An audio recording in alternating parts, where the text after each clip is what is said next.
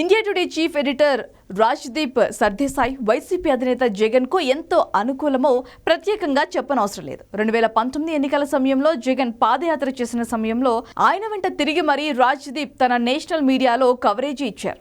అటు వైసీపీ పాలనలో కూడా జగన్ కు అనుకూలంగా ఇండియా టుడే గ్రూప్ వ్యవహరించిందన్న విమర్శలు కూడా ఉన్నాయి. అలాంటి జగన్ కు సానుకూలంగా ఉండే రాజ్దీప్ తాజాగా యూటర్న్ తీసుకున్నారు. ఇప్పుడు ఆయన చంద్రబాబుపై చేసిన వ్యాఖ్యలు చాలా ప్రాధాన్యం సంతరించుకున్నాయి. దేశంలో టాప్ లీడర్ తర్వాత నెంబర్ 2 లీడర్ చంద్రబాబు అని రాజ్దీప్ చెప్పటం ఇప్పుడు సంచలనమైంది. 3 సార్లు మోదీ ప్రధాని కాగా ఆయన టాప్ లీడర్గా ఉంటారని, కానీ 2వ స్థానంలో ఉన్న లీడర్ మాత్రం అందరూ అమిత్ షా అనుకుంటారని అన్నారు. కానీ టాప్ 2 లీడర్ మాత్రం చంద్రబాబు అని రాజ్దీప్ తేల్చి చెప్పేశారు. అందుకు కారణాలను కూడా ఆయన విశ్లేషించారు. చంద్రబాబు వ్యూహాలను కూడా రాజ్దీప్ చర్చించారు. ప్రస్తుతం ఎన్డీఏలో చంద్రబాబు కీలకంగా ఉన్నారని, 16 సీట్లతో చంద్రబాబు కూటమిలోనే కీలకంగా వ్యవహరిస్తున్నారని అన్నారు.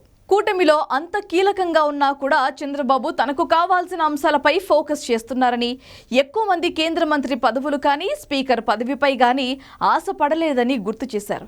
ఇలా ముందు చూపుతో వ్యవహరించి ఇటీవలే బడ్జెట్లో కూడా చంద్రబాబు ఏపీకి కావాల్సిన నిధులను రాబట్టుకున్నారని అన్నారు. చంద్రబాబు ఎన్డీఏకు సపోర్ట్ చేయకుండా ఇండియా కూటమిలోకి వెళ్లే పరిస్థితి అస్సలు లేదని రాజ్దీప్ చెప్పారు. ఒకవేళ ప్రధాని పదవి ఇస్తామని ఇండియా కూటమి ఆఫర్ చేసినా కూడా చంద్రబాబు ఆ ఆఫర్ను తిరస్కరించడం ఖాయమని రాజ్దీప్ వెల్లడించారు. ఎన్డీఏ ప్రభుత్వాన్ని పడగొట్టే ఉద్దేశం ప్రస్తుతానికి చంద్రబాబుకు ఏమాత్రం లేదని వివరించారు.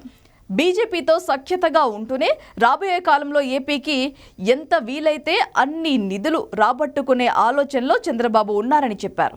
ముందు ఏపీలో పనులు జరగటం, రాజధానికి ఒక రూపు రావటం, దానికి గుర్తింపు తేవడమే చంద్రబాబు ప్రధాన ప్రాధాన్యమని వివరించారు. ఏపీ అవసరాలు తీరాకే చంద్రబాబు ఏవైనా కీలకమైన నిర్ణయాలు తీసుకునే అవకాశం ఉంటుందని రాజ్దీప్ విశ్లేషించారు.